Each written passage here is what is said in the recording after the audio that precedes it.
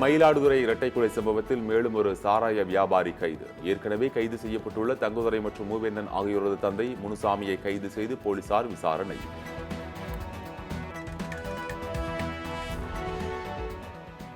மும்மொழி கொள்கை விவகாரத்தில் தமிழ்நாட்டைச் செல்வது தீயை தீண்டுவதற்கு சமம்.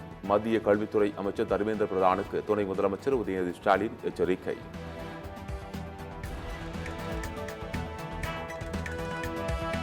தமிழ்நாட்டின் கல்வி நிதியை விடுவிக்காததற்கு திமுக எம்பி கனிமொழி கண்டனம். 40 லட்சம் தமிழ்நாட்டு மாணவர்களின் கல்வியோடு விளையாடுவதுதான் பாஜகவின் அரசியலா என கேள்வி.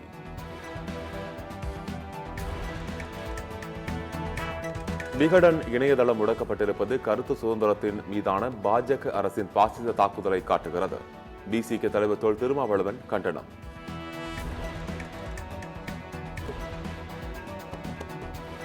தனியார் பள்ளிகளில் கடைபிடிக்கும் மும்மொழி கொள்கையை எதற்காக அரசு பள்ளிகளில் கடைபிடிப்பதில்லை? தமிழக அரசுக்கு பாஜக மூத்த தலைவர் தமிழிசை சவுந்தரராஜன் கேள்வி.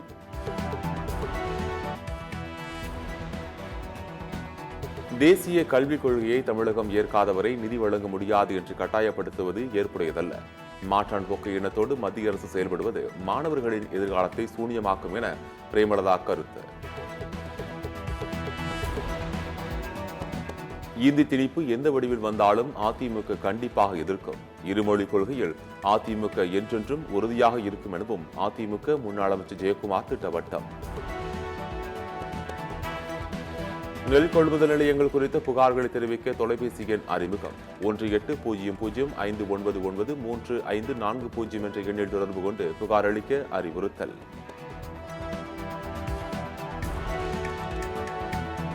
ககன்யான் முதல் பயணத்தில் ஈக்களை விண்வெளிக்கு அனுப்ப இஸ்ரோ திட்டம். விண்வெளி பயணத்தின் போது ஏற்படும் உயிரியல் மாற்றங்கள் மற்றும் அழுத்தங்கள் குறித்து ஆராய முடிவு.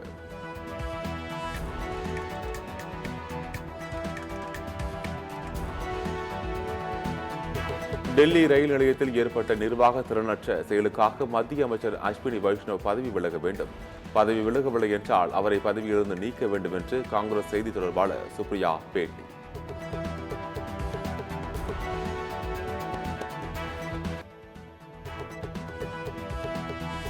கடலூரில் கட்சி செயற்குழு கூட்டத்தில் பங்கேற்ற காங்கிரஸ் எம்பி விஷ்ணு பிரசாத் லிப்டில் சிக்கினார். நீண்ட நேர போராட்டத்திற்கு பின் பத்திரமாக மீட்பு.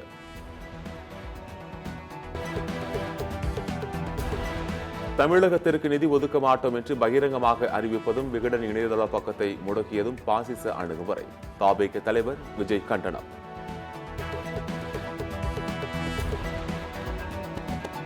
விகடனை எச்சரித்ததாக அண்ணாமலை சொல்கிறார். ட்ரம்பை எச்சரிக்க வேண்டியதுதானே என சீமான் விமர்சனம். அதிகாரத்தை வைத்துக் கொண்டு ஆட வேண்டாம் என அண்ணாமலைக்கு சீமான் எச்சரிக்கை. எவ்வளவு பேர் கூட்டு சேர்ந்து வந்தாலும் திமுகவை வீழ்த்த முடியாது. திமுக தான் மீண்டும் ஆட்சி அமைக்கும் எனவும் அமைச்சர் கே.என். நேரு கருத்து.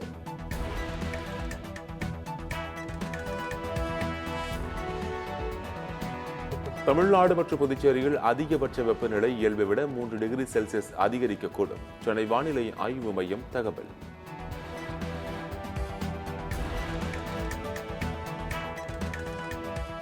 பத்திரப்பதிவு அலுவலகங்களில் நாளை கூடுதல் டோக்கன்கள் வழங்கப்படும். சுபதினம் என்பதால் 5 முதல் 100 வில்லைகள் கூடுதலாக வழங்க பத்திரப்பதிவுத்துறை ஏற்பாடு. சென்னை பல்லாவரம் அடுத்த திருநீர்மலையில் பெட்ரோல் பங்க் ஊழியரை தாவேக்கு நிர்வாகி தாக்கி அராஜகம். மாறுவிட முகத்திலும் சரமாரியாக தாக்கி எட்டி உதைத்து அட்டூழியம்.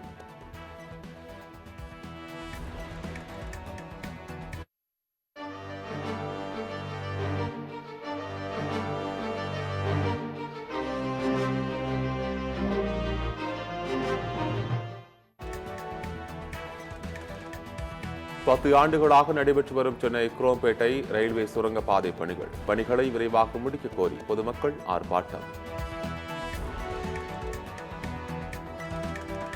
சென்னை பெரும்பாக்கத்தில் உள்ள அங்கன்வாடி மையத்தில் விஷப்பூச்சிகள் நுழையும் அபாயம் ஏற்பட்ட சம்பவம். சத்தியம் டிவி செய்தி எதிரொலியாக அங்கன்வாடி மையத்தை சுற்றியுள்ள புதர்கள் அகற்றம்.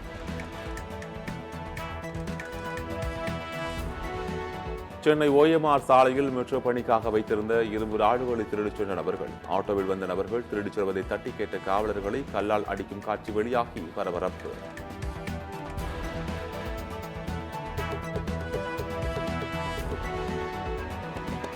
ஜூலை 6-7 தேதிகளில் ரியோ டி ஜெனீரோ நகரில் பிரிக்ஸ் மாநாடு நடைபெறும் என பிரேசில் அறிவிப்பு. பிரிக்ஸ் அமைப்பு இறந்துவிட்டது என்று அமெரிக்க அதிபர் டிரம்ப் விமர்சித்த நிலையில் மாநாட்டிற்கு ஏற்பாடு.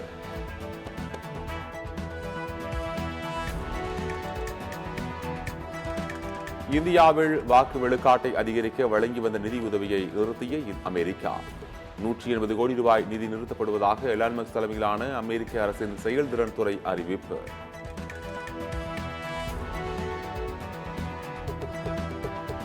அமெரிக்காவை காப்பாற்றுவதற்கு எந்த சட்ட மீறலிலும் ஈடுபடவில்லை. அமெரிக்க அதிபர் டொனால்ட் ட்ரம்ப் கருத்து.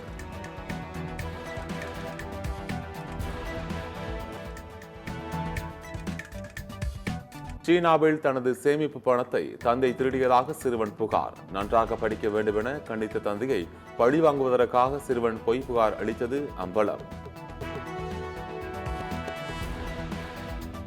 ஒரு நாள் கிரிக்கெட்டில் எப்படி விளையாட வேண்டும் என்பதை இந்தியாவிடம் கற்றுக்கொள்ளுங்கள். நியூசிலாந்து அணியிடம் தோற்ற பாகிஸ்தான் அணிக்கு முன்னாள் வீரர் பாசித் அலி அறிவுரை. ஐபிஎல் தொடரில் மும்பை அணியிலிருந்து அல்லாஹ் கசம்பர் விலகல். அவருக்கு பதிலாக மற்றொரு ஆப்கானிஸ்தான் சுழற்பந்து வீச்சாளரான முஜிபுர் ரஹ்மான் அணியில் சேர்ப்பு.